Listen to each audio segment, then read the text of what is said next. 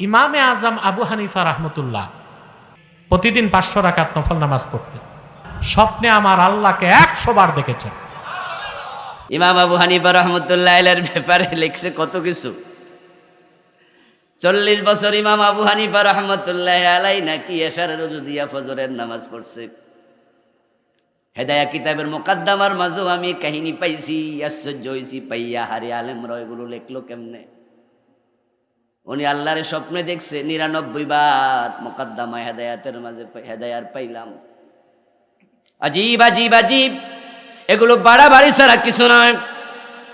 ইমাম আবু হানিফা রহমতুল্লাহ আলাই এশারের নামাজের উদু দিয়া ফজরের নামাজ পড়লেন 1-2 দিন না, 40টা বছর। কি প্রমাণ হয়ে গেল? রাতের বেলায় ঘুমাইলে অজু থাকেনি। এর মানে উনি রাতের বেলায় ঘুমান। আচ্ছা, বিশ্বনবী এভাবে রাতের বেলায় জায়গায় থাকতেন কয় বছর? আবু বকর, ওমর, ওসমান আলী, ইমাম বুখারী। যান আপনি সাহাবীদের মাঝে বড় বড় রজুলুল কদর সাহাবী এভাবে রাতের বেলা জেগে থাকতেন না। রাসূল নিজেও পুরা রাত জেগে থাকতেন না। আমার আল্লাহ বলছে কুমিল্লাইলা ইল্লা কলিলা নিসফাহু আবিন কুস মিনহু। আসেনি কোরআনে? আল্লাহ বলতেছে ও নবী, রাতের বেলায় জাগো, তবে অর্ধাংশ অথবা একটু কম। রাতের বেলায় কিছু ঘুমাও, রাতের বেলায় কিছু ইবাদত করো, কারণ প্রতিটা মানুষের উপরে তার দেহের হক আছে না নাই? ঘরে বউয়ের হক আসেনি? তো যদি ইমাম আবু হানিফা বউয়ের হক আদায় করতো, শুধু অজু না গোসল তো ফরজ হইতো। 40টা বছর বউর কাছে গেছে না, তো বললাম আমি হয়েছে কেমন? কয় সব দিনে কাম সেরে লেছে নাকি? তো দিনে ব্যবসা বাণিজ্য আসিল না?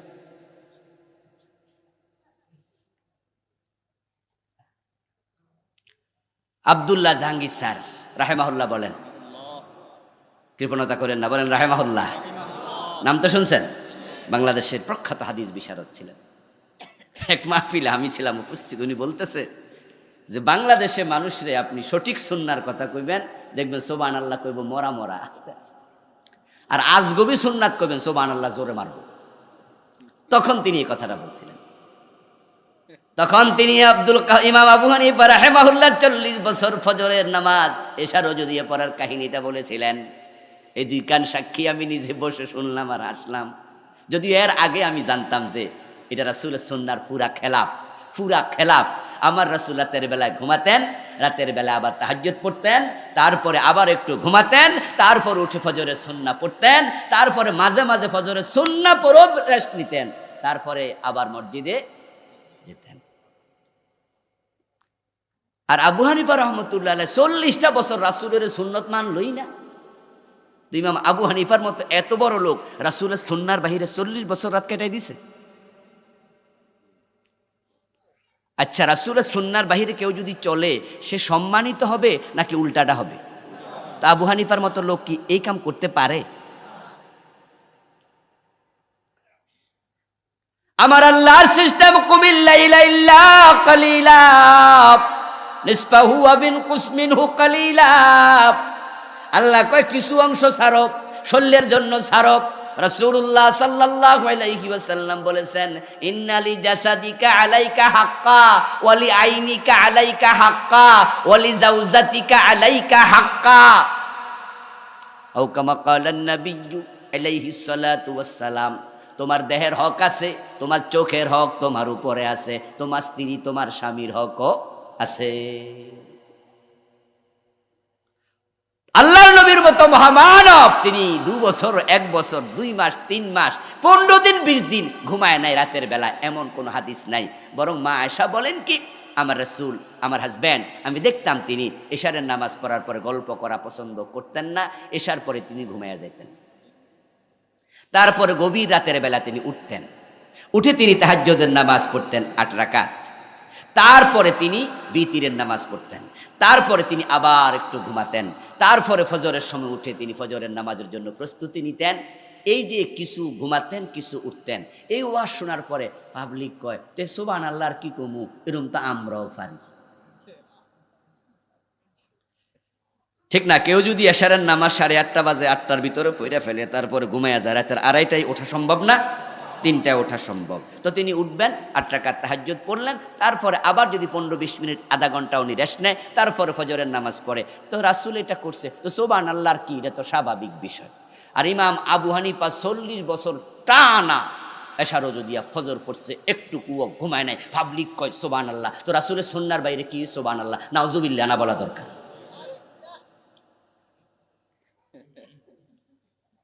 আমি কি কথা বুঝাইতে পারতেছি? আব্দুল্লাহ জাহাঙ্গীর স্যার কয়, বাংলাদেশের পাবলিক আসল সুন্নাহ শুনে সুবহানাল্লাহ কয় না, আজগবিটা শুনে ঠেলা মারে সুবহানাল্লাহ। অর্থাৎ কোনটা ইসলাম কোনটা ইসলাম না এটাও অনেকে বোঝে না।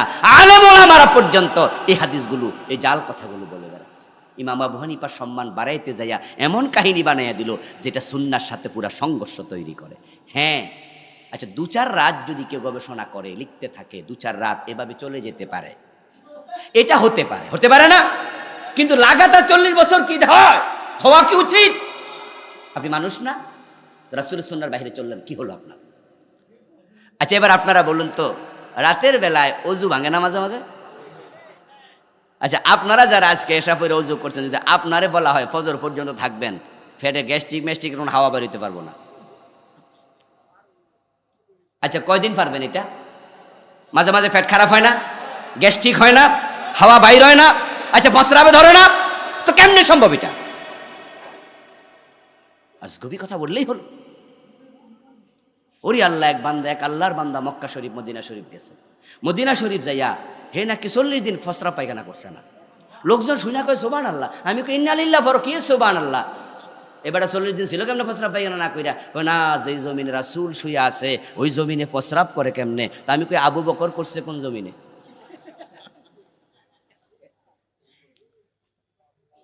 হযরত ওমর কি মদিনায় প্রস্রাব দল্লি কি মক্কা শরীফ যাই করে আইছে, নাকি সুদানে চলে গেছে?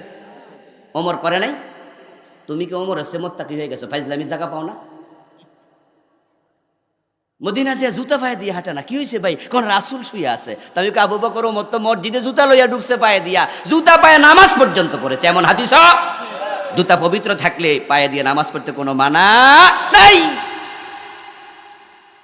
মানে আমাদের দেশের পাবলিক আজগবি কাহিনী বানাইতে পারলে মজা পায় শুধু। হযরত আলী রাদিয়াল্লাহু তাআলা আনহুর সম্মানে তো এত জাল হাদিস যেটা কল্পনাতীত।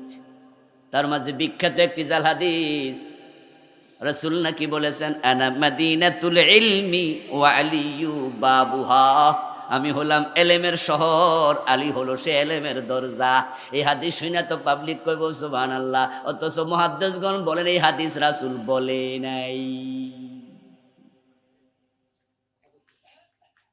এই জন্য ইসলামের বিষয়গুলো হবে গবেষণামূলক, আন্দাজমূলক হতে পারে না। যাই হোক, আমি প্রিয় ভাইয়েরা, যে কালাম থেকে আমি পড়লাম, এ কোরআন নাজিল করেছেন কে? আল্লাহ। আল্লাহ যেমন মহা সম্মানিত, তার নাজিল করা এই কিতাবও মহা সম্মানিত। এই কিতাবের সাথে যেই ব্যক্তি অথবা যে বস্তু সম্পৃক্ত হবে, আল্লাহ তাআলা তার সম্মানও নিজ দায়িত্বে বাড়িয়ে দেন। আল্লাহর হাবিব বলেছেন, ফাদলু কালামিল্লাহি আলা সাইরিল কালাম কাফাদলিল্লাহি আলা খালকিহি। তামাম দুনিয়ার সব মানুষের কথার উপরে আল্লাহর কথা, আল্লাহর কালামের সম্মান ততটাই বেশি। তামাম মাখলুকাতের উপরে স্বয়ং আল্লাহর সম্মান যত বেশি। আল্লাহর রাসূল সাল্লাল্লাহু আলাইহি ওয়াসাল্লাম আরো বলেছেন, ইন্নাল্লাহা ইয়ারফাউ বিহাদাল কিতাবি আকওয়ামা ওয়া ইয়াদাউ বিহি আখারিন। এই কিতাবের মাধ্যমে আল্লাহ তাআলা একদল মানুষের সম্মান নিজে বাড়িয়ে দেবেন, আবার এই কিতাবের সাথে দুশমনি করার কারণে একদল মানুষকে আল্লাহ অপমানিত করে দেবেন। আল্লাহর নবীর কথা চিরসত্য। চিরধার্য, কারণ তিনি বানিয়ে কোনো কথা বলতেন না। রাসূলুল্লাহ সাল্লাল্লাহু আলাইহি ওয়াসাল্লাম যত কথা বলতেন সব হলো আল্লাহর ওহী, এগুলো আল্লাহর নাজিল করা ওহী। মা ইয়ানতিকু আনিল হাওয়া ইন হুয়া ইল্লা ওয়াহয়ুন ইউহা। এই যে প্রিয় নবীজি বললেন, এই কিতাবের মাধ্যমে, কিতাবের দ্বারা আল্লাহ একদল লোকের সম্মান বাড়াবেন। ওই মানুষগুলো তারাই যারা এই কিতাবের সাথে নিজেদেরকে সম্পৃক্ত করে। এই কোরআন এমন এক কিতাব, এটা শিখার জন্য যখন কোনো মানুষ তার ঘর থেকে বের হয়, শেখার প্রতিষ্ঠানে যায়, মাহফিল হোক, মক্তব হোক, মাদ্রাসা হোক, শেখার জন্য যখন বের হয়, কোরআনের পাঠকের সম্মানে আল্লাহর ফেরেশতারা তাদের পায়ের নিচে পাখা বিছাতে শুরু করে দেয়। আল্লাহর হাবিব বলেছেন, নাল মালাইকাতা লা তাদউ আজনিহাতাহা রিদাল লিতালিবিল ইলম। এই কিতাবের সাথে যেই সম্পৃক্ত হবে তার সম্মান আল্লাহ বাড়িয়ে দেবেন। কোরআনেও তিনি বলেছেন, ইয়ারফাইল্লাহু আল্লাযীনা আমানু ওয়াল্লাযীনা উতুল ইলমা দারাজাত। যারা ঈমান আনার পরে এই কিতাবের ইলম শিখবে, ইয়ারফাইল্লাহু দারাজাত, তাদের দাম আল্লাহ নিজে বাড়ায়া দেবে। নবীজি আরো বলেছেন, খায়রুকুম মান তাআল্লামাল কুরআনা ওয়া আল্লামাহু। তোমাদের মাঝে সেই তো সর্বসেরা যে কোরআন নিজে পড়ে এবং অন্যকে কোরআন শিখায়। আমার প্রিয় ভাইয়েরা, এ কোরআনের সাথে সম্পৃক্ত হওয়ার কারণেই কোরআনের দায়ী, কোরআনের প্রতি মানুষকে আহ্বান করার কারণে আমরা বাংলাদেশে একজন মানুষকে সবাই চিনি, আল্লামা সাঈদী রাহিমাহুল্লাহ। উনার যে আকাশচুম্বী জনপ্রিয়তা, সম্মান, এমন সম্মান ব্যক্তি পর্যায়ে বাংলাদেশে দ্বিতীয় কারো নাই। এই সম্মান উনার চেহারার কারণে নয়। উনাকে যে আমরা এরকম ভালোবাসি, উনার মৃত্যুর রায় যেদিন দিল, ফাঁসির অর্ডার দিল, 100-র উপরে মানুষ শাহাদাত বরণ করল, সারাটা দেশ অচল করে দিল। আচ্ছা, উনার সাথে কি মানুষগুলোর আত্মীয়তার সম্পর্ক ছিল? এবং যে মানুষগুলো তার জন্য জীবন দিয়ে দিল, এই মানুষগুলোর কাছে ব্যক্তিগতভাবে উনি অনেকের সাথে পরিচিতও নন, নাম জানেন না, চিনেন না। এই যে আমরা আজকে এখানে যারা আছি, আমরাও তাকে খুবই ভালোবাসি, কারণ উনার চেহারা নয়, উনি আমাদের আত্মীয়তাও নয়, কারণ শুধু একটাই, বাংলাদেশে উনি আল্লাহর কোরআনের সবচেয়ে বড় দায়ী, সবচেয়ে বড় আলেম, কোরআনের প্রতি আহ্বানকারী। আল্লাহ তাআলা কোরআনের সাথে যারা সম্পৃক্ত হয় তাদের দাম বাড়িয়ে দেন। আবার যারা কোরআনের বিরোধিতা করবে, কোরআনের উল্টা চলবে, রাসূলুল্লাহ বলেন, ওয়ায়াদাউ বিহি আখারিন, আরেক দল মানুষকে আল্লাহ অপমানিত করবে। গত 15টা বছর যারা এই দেশে ধারাবাহিকভাবে ক্ষমতায় ছিল, অর্থ, ভিত্ত, ক্ষমতা, লোকবল, জনবল, প্রশাসন সব যাদের সাথে ছিল, এ মানুষরা অগাস্টের 5 তারিখে বেজ্জতি হইয়া দেশ থেকে পালাবেন কেন? কোন কারণ? আজকে সারা দেশের কোথাও তারা পরিচয় দিতে পারে না, এতটা হীন হয়ে গেল, মানুষের কাছে এতটা ছোট হয়ে গেল। আমি মনে করি কারণ সবচেয়ে বড় যেটা, সেটা হলো বিগত 15 বছরে তারা আল্লাহর কোরআনওয়ালাদের সাথে সবচেয়ে বেশি দুশ্মনী করেছে। আল্লাহ তাই তাদেরকে লাঞ্ছিত করেছে, অপমানিত করেছে। এ কোরআনের সাথে যে বন্ধুত্ব করবে তার সম্মান আল্লাহ বাড়িয়ে দেবেন। এই কিতাব এমন এক কিতাব যেটা যেই রাতে নাজিল হলো ওই রাতের দাম 1000 মাসের চেয়ে বেড়ে গেল। যেই নবীর উপর নাজিল হলো সেই নবী সেরা নবী হয়ে গেলেন। যেই উম্মতের উপর নাজিল হলো সে উম্মত কুনতুম খায়রা উম্মাহ, সব উম্মতের মাঝে সেরা। কম দামি কাপড় যদি কোরআনের গিলাফ হয়ে গায়ে লাগে সেই কাপড়ের দাম বেড়ে যায়। কম দামি কাঠ যদি কোরআনের রেয়াল হয়ে যায়, কোরআনের গায়ে লাগলে সে রেয়ালের দাম বেড়ে যায়। সুতরাং আমরা যদি সম্মানিত হতে চাই দুনিয়া এবং আখেরাতে, কোরআনের সাথে বেশি বেশি সম্পৃক্ত হওয়া প্রয়োজন আছে না নাই?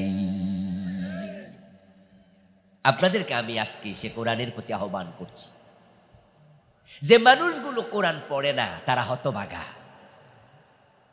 এজন্যই তো বাংলাদেশের একজন পণ্ডিত মানুষ, আমার জানা মতো উনার মতো এত ভাষায় পণ্ডিত বাংলাদেশে দ্বিতীয় কোনো মানুষ নেই, যিনি 18টি ভাষায় পণ্ডিত ছিলেন।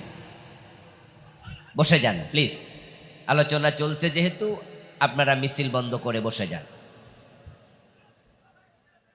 জি ধন্যবাদ আপনাদের, বসে যান। মাশাআল্লাহ। বলছিলাম ডক্টর মোহাম্মদ শহীদুল্লাহর কথা। আপনারা বাংলাদেশের শিক্ষিত মানুষ ডক্টর মোহাম্মদ শহীদুল্লাহর নাম জানে না এমন শিক্ষিত মানুষের সংখ্যা খুব কম। উনি 18টি ভাষায় পণ্ডিত ছিলেন। ভাষা জানা আর ভাষার পণ্ডিত হওয়া এক কথা নয়। আমাদের দেশে যারা রিক্সা চালায় তারা কোন ভাষায় কথা বলে? কথা বলেন না কেন? যারা রিক্সা চালায় কোন ভাষায় কথা বলে? ওরা কি সবাই বাংলা ভাষার পণ্ডিত? তাহলে ভাষা জানা আর ভাষার পাণ্ডিত্য এক জিনিস না। উনি 18টি ভাষা শুধু জানতেন তা নয়, 18টি ভাষায় তিনি ছিলেন পণ্ডিত। ওই ডক্টর মোহাম্মদ শহীদুল্লাহ রাহেমাহুল্লাহ তিনি এক বক্তৃতায় বলেছিলেন, আপনি পৃথিবীর জ্ঞানে যত বড় জ্ঞানী হন, পণ্ডিত হন, যদি আপনি আল্লাহর কোরআনের জ্ঞান, কোরআনের এলেম না শিখেন, কোরআন না জানেন, তাহলে আমি আপনার নামের পূর্বে জাহেল মূর্খ শব্দ যোগ করতে চাই। আপনি অন্য জ্ঞানে পণ্ডিত, কোরআন জানেন না, আপনি হলেন মূর্খ পণ্ডিত, আপনি জাহেল পণ্ডিত। এই কোরআন হচ্ছে এলমের আকর, এলমের উৎস। এই কোরআন হচ্ছে মুক্তির একমাত্র কিতাব। যার কাছে কোরআনের এলেম নাই, আল্লাহ তাআলা কোরআন বিহীন, কোরআন জানে না এমন ব্যক্তিকে আখেরাতে অন্ধ বানিয়ে তুলবেন। কোরআন দুনিয়ায় হলো মুক্তি এবং সমৃদ্ধির আলোকবর্তিকা। কোরআনকে জন্য নূর বলা হয়। যে ব্যক্তি কোরআন পড়বে, কোরআন বুঝবে, কোরআন মানবে, আল্লাহ তাআলা তার কলবের মাঝে হেদায়াতের নূর দেবেন। আর যারা কোরআন পড়বে না, কোরআন বুঝবে না, কোরআন মানবে না, তার অন্তরটাকে আল্লাহ তাআলা গোমরা বানিয়ে দেবেন। হাশরের ময়দানে তাকে অন্ধ বানিয়ে তুলবেন। রাসূলুল্লাহ সাল্লাল্লাহু আলাইহি ওয়াসাল্লাম হাশরের ময়দানে আল্লাহ তাআলার কাছে যারা কোরআন পড়েনি, কোরআন বুঝেনি, কোরআন মানেনি, তাদের বিরুদ্ধে মামলা দায়ের করবেন। নবীজি মামলা দিয়ে বলবেন, ইয়া রব্বি ইন্না কওমি ইত্তাখাযু হাযাল কুরআনা মাহজুরা। ও আমার রব, আমার রেখে আসা কোরআন এই মানুষগুলো পরিত্যাগ করেছিল, আমি তাদের বিরুদ্ধে তোমার কাছে আজকে মামলা দিলাম। আমরা কি রাসূলের শাফাত চাই না মামলার আসামি হতে চাই? শাফাত চাইলে কোরআনের কাছে আসতেই হবে। এ কোরআন আল্লাহ তাআলা এমন একটি যুগে প্রিয় নবীজির উপর নাজিল করলেন যে যুগের নাম ছিল আইয়ামে জাহিলিয়া, অন্ধকার যুগ। যেই যুগের মানুষগুলো এতটাই নিচে নেমেছিল যার নিচে নামার কোনো জায়গাই হয়তো ছিল না। যেই যুগের মানুষগুলোর ভিতর মনুষ্যত্ব ছিল না, চুরি ডাকাতি রাহাজানি চিন্তায় খুন ধর্ষণ অপহরণ সহ এমন কোনো অপরাধ ছিল না যা তারা করে নাই। ছেলে মেয়ে মা বাবা এক জায়গায় বসে মদ পান করত, বাবা নিজের মেয়েটাকে জীবিত মাটির নিচে পুঁতে দিত, যুবতী নারীকে রাস্তায় ফেলে দিবালোকে ধর্ষণ করত, যুবতীর বাবা চোখের পানি ছেড়ে দিয়ে কাঁদত। বিচার পাওয়া দূরের কথা, বিচার চাওয়ার কোনো জায়গাও ছিল না। তামাম দুনিয়ার মানুষগুলো আপাদ মস্তক অন্ধকারে নিমজ্জিত। আল্লাহ তাআলা সেই যুগে নবী মুহাম্মদ সাল্লাল্লাহু আলাইহি ওয়াসাল্লামের কাছে এ কোরআন পাঠায়া বললেন, কিতাবুন আনজালনাহু ইলাইক, ও নবীজি আমি আপনার কাছে কোরআন পাঠাইছি, লিতুখরিজান নাসা মিনাজ যুলুমাতি ইলান নূর, এই কিতাবের মাধ্যমে এই মানুষগুলোকে অন্ধকার থেকে আলোর পথ দেখাইয়া দেন। নবীজি মুহাম্মদ সাল্লাল্লাহু আলাইহি ওয়াসাল্লামের বয়স যখন 17 বছর ছিল, তিনি তখনই মূলত সমাজ সংস্কারে আত্মনিয়োগ করেন। ডানে বামে সামনে পিছনে তাকিয়ে দেখেছেন তামাম দুনিয়ার মানুষগুলো অন্ধকারে ডুবে আছে।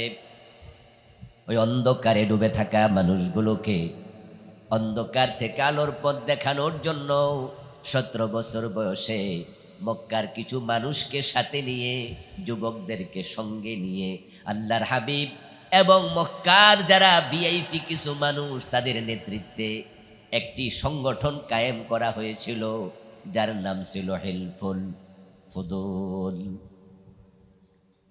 আল্লাহর হাবিব 17 বছর বয়সে ওই হিলফুল ফুদুলের দায়িত্ব নেন। যুবকদেরকে সাথে নিয়ে সমাজ সংস্কারের জন্য মানুষের কাছে গিয়ে বলতে থাকেন, মদ পান করো না, চুরি ডাকাতি করো না, রাহাজানি চিন্তায় ছেড়ে দাও, মেয়েদেরকে জীবিত কবর দিও না। দাওয়াত দিলেন, মানুষকে বুঝালেন, বললেন। বলতে বলতে প্রিয় নবীর বয়স হয়ে গেল 40। 23টা বছর চলে গেল। 40 বছর মানুষের জীবনের গুরুত্বপূর্ণ একটি সময়। প্রিয় নবীজি পিছনে ফিরে তাকালেন, তাকিয়ে দেখতে পান 17 বছর বয়স থেকে 23টা বছর দাওয়াত দিলাম, দেখি রেজাল্ট কি। পিছনে ফিরে হিসাব করে দেখেন রেজাল্ট 0। একটা চোর ভালো হয়নি, কোনো ডাকাতি ছাড়েনি, সমাজের অবক্ষয় সামান্যতম কমেনি। 40 বছর বয়সে গভীর ধ্যানমগ্ন হলেন, চিন্তা শুরু করলেন, ভাবতে থাকলেন কি করা যায়, কেন এমনটা হলো। মানুষকে তো বুঝালাম, দাওয়াত তো দিলাম, রেজাল্ট কেন হয় না। আল্লাহর হাবিব ধ্যানমগ্ন হওয়ার জন্য ঘর থেকে বের হয়ে জাবালে নূর নামক পাহাড়ের চূড়ায় উঠে গারে হেরার মাঝে ধ্যানমগ্ন হলেন। সেখানে জিবরিল আমিন কোরআন নিয়ে অবতীর্ণ হলেন। কোরআন এসে গেল, ইকরা বিসমি রাব্বিকাল্লাযী খালাক। নবী মুহাম্মদ আপনি রবের নামে পড়ুন। তিনি নবী হলেন। ইয়া আইয়ুহাল মুদ্দাসসির কুম ফাআনজির ওয়া রাব্বাকা ফাকাব্বির ওয়া সিয়াবাকা ফাতাহহির। এসে গেল ওহী। ও নবীজি মুহাম্মদ দাঁড়িয়ে যান, কম। সমাজ যদি পরিবর্তন করতে চান, বসে থাকলে হবে না, শুয়ে থাকলে হবে না। সমাজ পরিবর্তনের জন্য মাথা তুলে দাঁড়াতে হবে। নবীজি মুহাম্মদ সাল্লাল্লাহু আলাইহি ওয়াসাল্লাম কোরআন হাতে নিয়ে আবার দাঁড়ায়া গেলেন। মানুষের বাড়ি বাড়ি গিয়ে কোরআনের দাওয়াত দেয়া শুরু করলেন। আবু বকর সাড়া দিল, ওমর সাড়া দিল, ওসমান আলী সহ 1.25 লক্ষ সাহাবী সবাই কোরআন ধরার জন্য, মানার জন্য অঙ্গীকার করলো। রাসূলের হাতে বায়াত নিল, শপথ নিল। তারা সবাই বলল, ও নবী আপনি যে কোরআন নিয়ে এসেছেন মানব, আপনার কথার বাহিরে চলবো না। সবাই যখন নবীকে মানা শুরু করে দিল, এখন জাহেলিয়াতের অন্ধকার আর নেই। আমার ভাইয়েরা, আলহামদুলিল্লাহ মাঠ পরিপূর্ণ। এখন আপনারা যারা ফাঁকা রাইখা বসছেন, এবার আপনারা একটু ফাঁকা বন্ধ করেন, কারণ বাহিরে এখন ভাইয়েরা দাঁড়িয়ে থাকছে, অনেকে বসার জায়গা নাই। আপনাদের প্রতি আমাদের 30 সেকেন্ড সময়, কারণ সময় আছে মাত্র 20 মিনিট। একটু 30 সেকেন্ডের ভিতরে প্লিজ ফাঁকা জায়গাগুলো ফিল আপ করে ফেলেন। তাড়াতাড়ি তাড়াতাড়ি তাড়াতাড়ি, দেরি করবেন না। তাহলে দিনের বেলায় এই কি হলো মাইকওয়ালা, দিনের বেলায় মাহফিল যে হয় না এটা ঠিক না, হয়। হ্যাঁ, অভ্যাস হইলে ঠিক হয়ে যাবে আর কি আস্তে আস্তে। কারণ আজকে যখন আমি আর 20 মিনিট পরে ছেড়ে দেব, তখন আফসোস করে বলবে না ওয়াজটা আরো একটু বেশি হইলে ভালো ছিল, হ্যাঁ আর একটু লম্বা হইলে ভালো ছিল। ইনশাআল্লাহ লম্বা হবে, যেহেতু আমার পরে আবার বক্তা আছে। তবে আমি কিন্তু দেরিতে আসি নাই, আমি আসছি অনেক আগেই, কিন্তু শ্রোতারা দেরি করছে আর কি, যার কারণে স্টেজে আসতে একটু লেট হয়েছে, আমাকে দেরিতে আনা হয়েছে। বসে যান। আমার প্রিয় ভাইয়ারা, বলছিলাম আল্লাহর হাবিব সাল্লাল্লাহু আলাইহি ওয়াসাল্লাম কোরআন যখন ফেলেন, তখনকার যুগের নাম ছিল আইয়ামে জাহিলিয়া। আর রাসূলুল্লাহ যখন ইন্তেকাল করেন, তখন সে যুগের নাম ছিল খায়রুল কুরুন। আবার বলছি, আল্লাহর নবী যখন কোরআন ফেলেন, তখন যুগের নাম ছিল আইয়ামে জাহিলিয়া। অজ্ঞতার যুগ, বর্বরতার যুগ, তমসার যুগ, অন্ধকার যুগ। যেই যুগে কোরআন আসলো আইয়ামে জাহিলিয়া, অন্ধকার যুগ। এই নাম কেন? ওই যুগে সূর্য আলো দিত না, কি মনে হয়? চাঁদের মাঝে কোনো আলো ছিল না, তো অন্ধকার যুগ কেন? এই মাইকম্যান কোন দিকে? কই, কোন দিকে? ক্যান ক্যান করে কেন? আওয়াজ সফট করে দেন, মিষ্টি আওয়াজ দেন।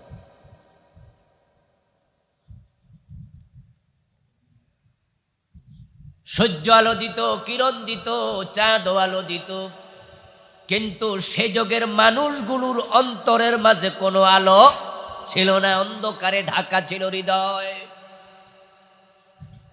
মানুষ কত বড় জালেম হলে পরে নিজের মেয়েটাকে নিজে জীবিত কবর দিতে পারে। আমার রাসূল কোরআন নিয়ে যখন সমাজে ছড়িয়ে পড়লেন, মদিনা নামক রাষ্ট্র কোরআন দিয়ে তিনি পরিচালনা করলেন 10 বছর। এখন ওই সমাজের একটা মানুষও কোরআনের বাহিরে চলে না। وَيُؤْثِرُونَ عَلَى أَنفُسِهِمْ وَلَوْ كَانَ بِهِمْ خَصَاصَةٌ। তাদের চরিত্র চেঞ্জ।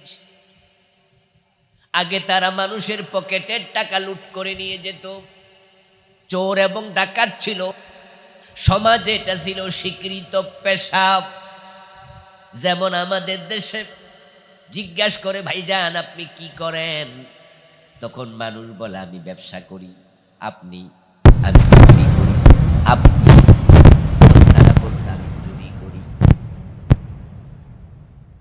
আরেকজনকে বলতে আপনি কি করেন? বলে আমি ডাকাতি করি। কেউ বলতো চোর, কেউ বলতো ডাকাত। এই কথা শুনে জাহিলিয়াতের মানুষ কেউ মাইন্ড করতো না, তারা মনে করতো এটাও একটি পেশা। লুটপাট করতো, চুরি ডাকাতি করতো। আর কোরআন যখন মানলো, ইউসিরুনা আলা আনফুসিহিম ওয়ালাউ কানা বিহিম খাসাসা, তারা এখন এমন চরিত্র পেল, নিজে না খেয়ে নিজের খাবার অন্যকে খাইয়ে দেয়। যুগের নাম হয়ে গেল খায়রুল কুরুন, দুনিয়ার সেরা যুগ। যে নবী মুহাম্মদ সাল্লাল্লাহু আলাইহি ওয়াসাল্লাম 17 বছর বয়স থেকে 40 পর্যন্ত মানুষকে দাওয়াত দিলেন, ওই নবী মুহাম্মদ সাল্লাল্লাহু আলাইহি ওয়াসাল্লাম 40 বছর বয়সে কোরআন পেলেন। দাওয়াত দিতে দিতে 63 বছর, আবার 23, পরবর্তী 23 বছরে খায়রুল কুরুন হয়ে গেল। এখন সমাজের সবগুলো মানুষ আলোকিত।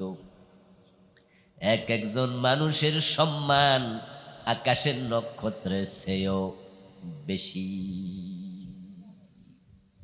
এখানে একটি চিন্তার বিষয় হলো, একই ব্যক্তি 17 বছর বয়স থেকে 23টি বছর যিনি দাওয়াত দিলেন তিনি মুহাম্মদ, আবার 40 থেকে 63 পর্যন্ত যিনি দাওয়াত দিলেন তিনিও মুহাম্মদ, একই ব্যক্তি।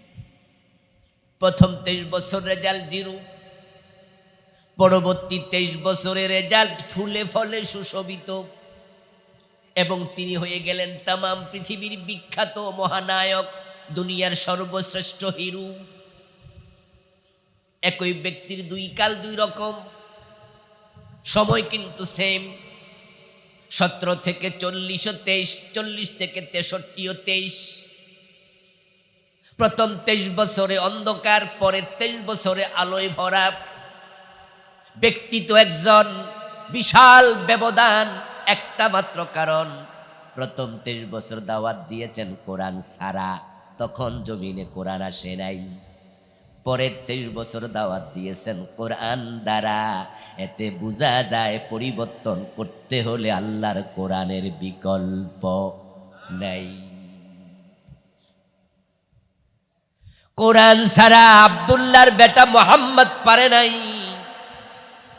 আল্লাহর হাবিবের যে মেধা, বুদ্ধি, বিচক্ষণতা, প্রজ্ঞা, প্রত্যুৎপন্নমতিতা, এটা কি নবুয়তের আগে ছিল না? নবুয়তের আগে তিনি অবুঝ ছিলেন, বুদ্ধি কম ছিল। বরং ইতিহাস বলে নবুয়তের আগেই তো লোকেরা নবী মুহাম্মদকে আলামিন উপাধি দিয়েছে, আস-সাদিক বলেছে। এবং মক্কা গড় বানানোর সময় যে হজরে আসওয়াদ পাথর নিয়ে দ্বন্দ্ব লেগেছিল, ওই দ্বন্দ্বের নিরসন নবী মুহাম্মদ নিজে বিচারক হয়ে সমাধান করেছেন, দ্বন্দ্বের নিরসন করেছেন। তখনও তিনি নবী হন নাই। এবং মা খাদিজা রাসূলুল্লাহ সাল্লাল্লাহু আলাইহি ওয়াসাল্লামের সততা এবং বিচক্ষণতায় তিনি মুগ্ধ হইয়া রাসূলকে বিয়ের প্রস্তাব দিয়েছে। নবীর বয়স তখন ছিল 25, ওহী আসার 15 বছর আগে। এই ইতিহাসগুলো প্রমাণ করে তিনি নবুয়তের আগেও বুদ্ধিমান ছিলেন, বিচক্ষণ ছিলেন, সৎ ছিলেন, চালাক ছিলেন। তো সৎ মানুষ, চালাক মানুষ, বুদ্ধিমান মানুষ, বিচক্ষণ মানুষ, কিন্তু দাওয়াত দিলেন, সমাজের অন্ধকার দূর করতে পারেন নাই। এতে প্রমাণিত হয় কোরআন ছাড়া সমাজ পরিবর্তন হবে না।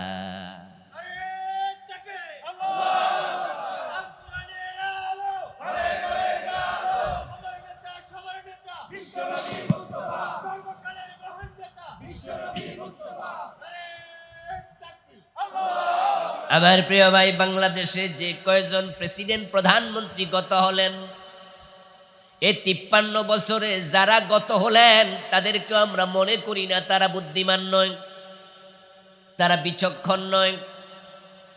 শেখ মুজিবুর রহমান, জিয়াউর রহমান, প্রেসিডেন্ট এরশাদ সহ যারা এই দেশের নেতৃত্ব দিয়েছেন, তাদের প্রতি আমাদেরও শ্রদ্ধা আছে।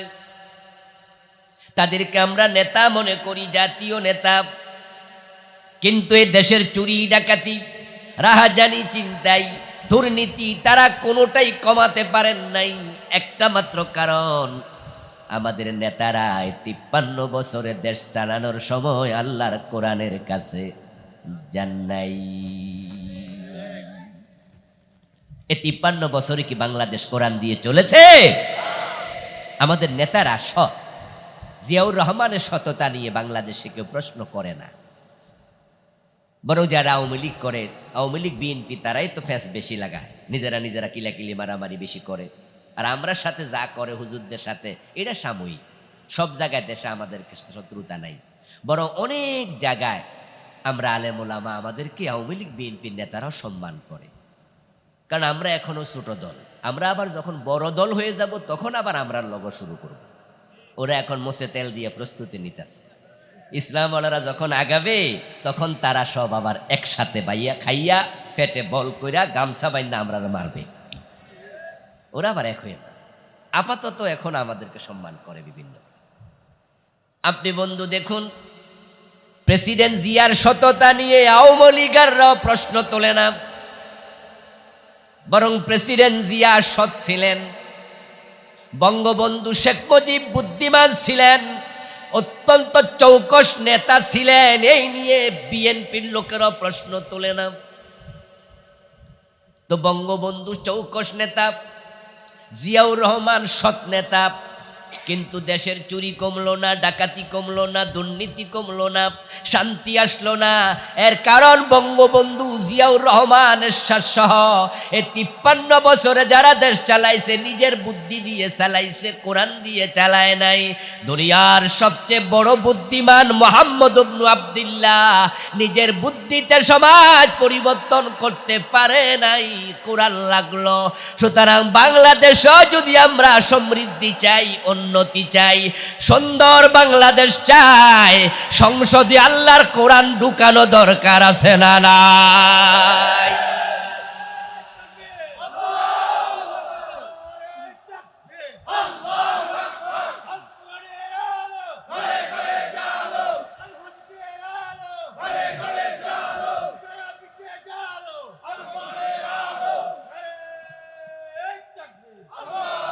আমার বন্ধু, জমিনে কোরআনের আইন কায়েম করা, কোরআন দিয়ে ব্যক্তি চলবে, পরিবার চলবে, সমাজ চলবে, রাষ্ট্র চলবে, এই বিষয়টা শখের ব্যাপার না, আল্লাহর অর্ডার।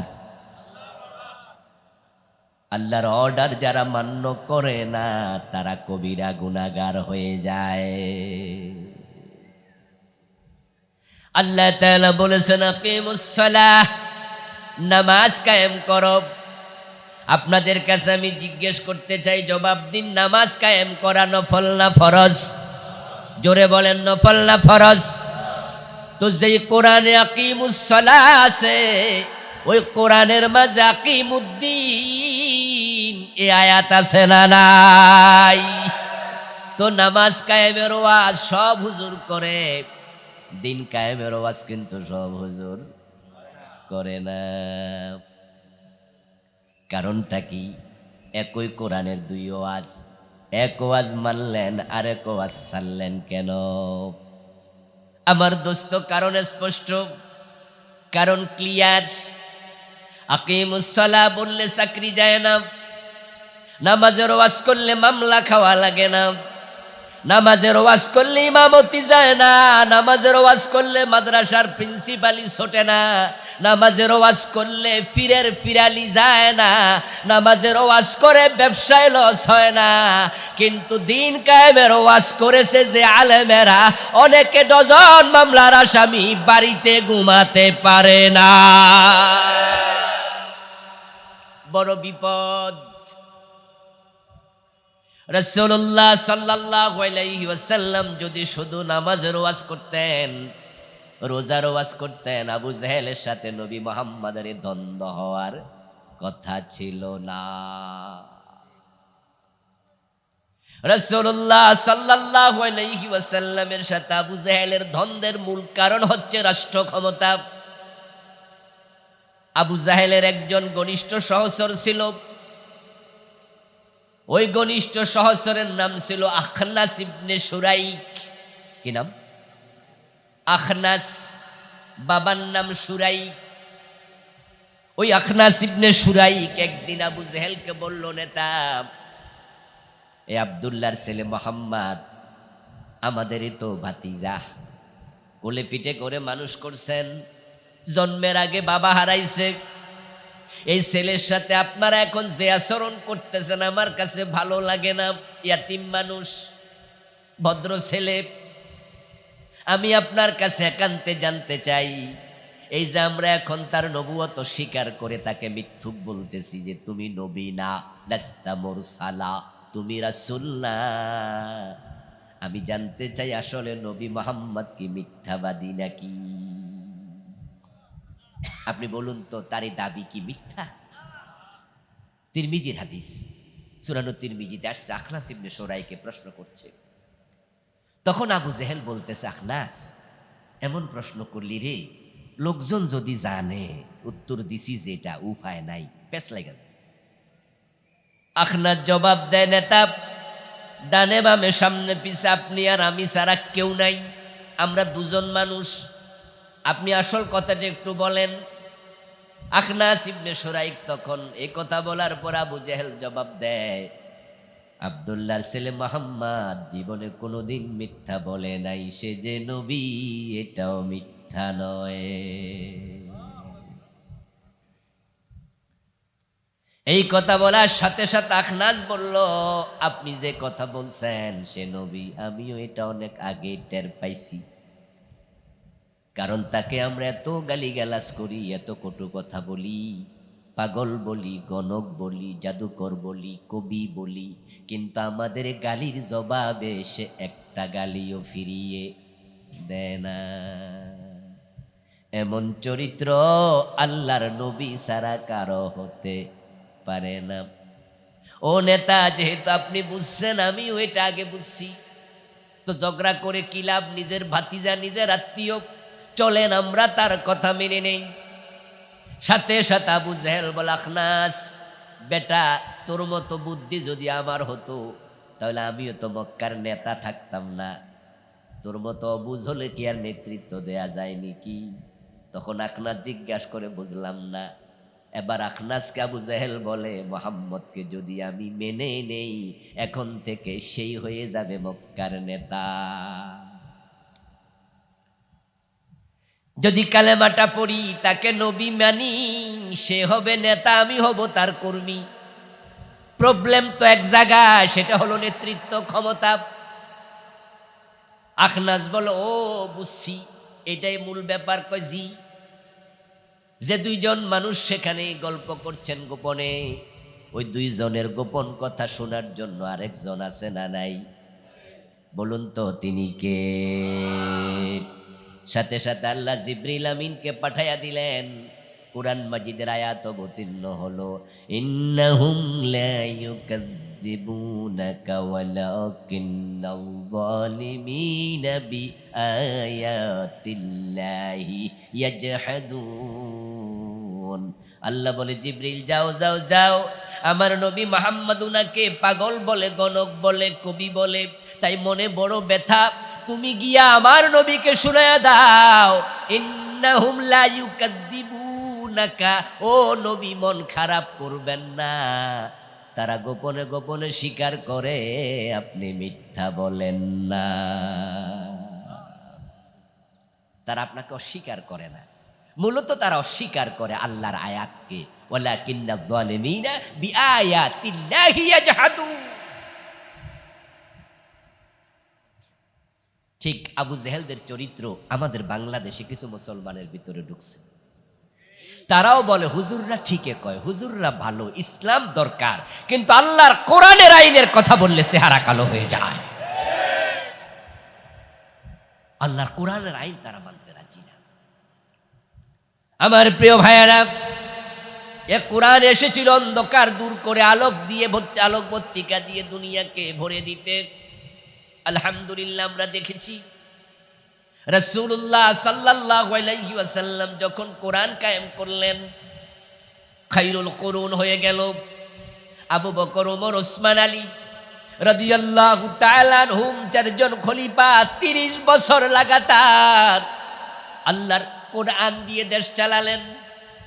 অর্ধ পৃথিবীতে ইসলাম পৌঁছে গেল এবং জাহিলিয়াতের অন্ধকার দূর হয়ে এমন সমাজ কায়েম হলো।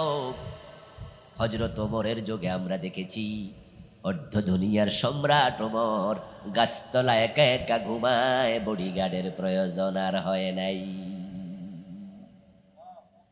মানুষ ঘরের দরজা খুলে ঘুমাতো, চুরি হতো না। স্বর্ণের অলংকার গায়ে দিয়ে যুবতী নারী দিনে রাতে তার পথে গিয়ে যেত, সামনে কেউ দাঁড়িয়ে বলতো না কোথায় যাও। ডাকাতি নাই, চিন্তাই নাই, রাহাজানি নাই, মদ নাই, খুন নাই, শান্তির পৃথিবী। হযরত ওমর মদিনা থেকে জেরুজালেম একা একা চলে গেলেন, 1000 কিলোমিটারের বেশি রাস্তা। যাওয়ার পথে সাথে কোনো বডিগার্ড নাই, এসএসএফ নাই, পুলিশ নাই, র্যাব নাই। আমার দোস্ত, আমরা একটি শান্তির বাংলাদেশ দেখতে চাই।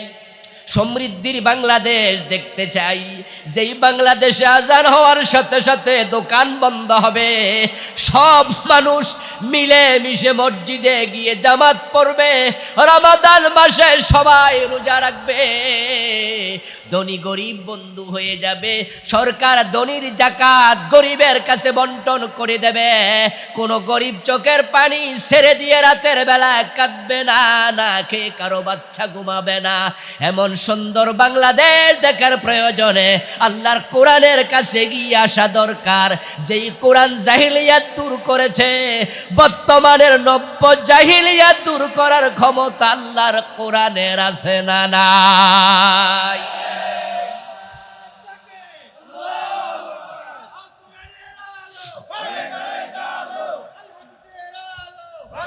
আমার প্রিয় ভাই, যেই কোরআনের কথা বললাম, কোরআন সংশোধন নিতে হবে।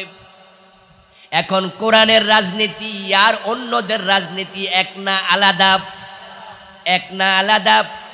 আমাদের যে রাজনীতি, এটা শখের বিষয় না ফরজ?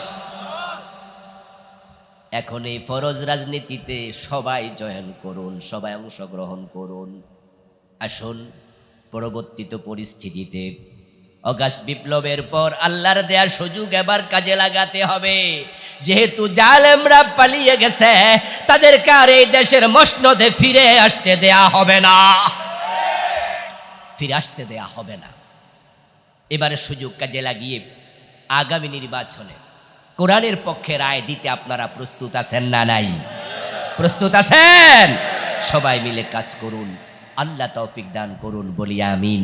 হাযা মা ইনদি ওয়াল ইলমু ইনদাল্লাহ আলাইহি তাওয়াক্কালতু ওয়া ইলাইহি উনীব। প্রিয় ভাইয়েরা, এখনই এখানেও আজান হবে, আসরের জামাত হবে, এর পরপরই ইনশাআল্লাহ মোল্লা নাজিম ভাই অলরেডি এসে গেছেন, তিনি আলোচনা করবেন। আপনারা আবার ফিরে আসেন।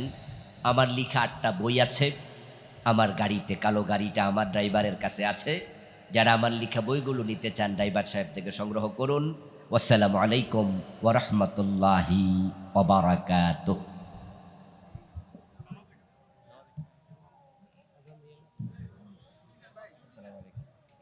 সম্মানিত তৌহিদি জনতা, আমাদের মাহফিল মাঠে আসরের জামাত অনুষ্ঠিত হবে,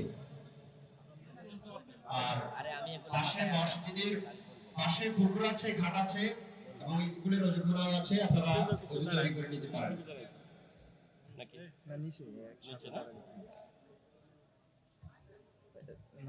আর সালাতুল আসরের জামাতের পরপরই আলোচনা পেশ করবেন আমাদের আজকের প্রধান অতিথি আলোচকের মধ্যে প্রধান মেহমান মোল্লা নাজিমউদ্দিন সাহেব। মোল্লা নাজিমউদ্দিন সাহেব সালাতুল আসরের জামাতের পর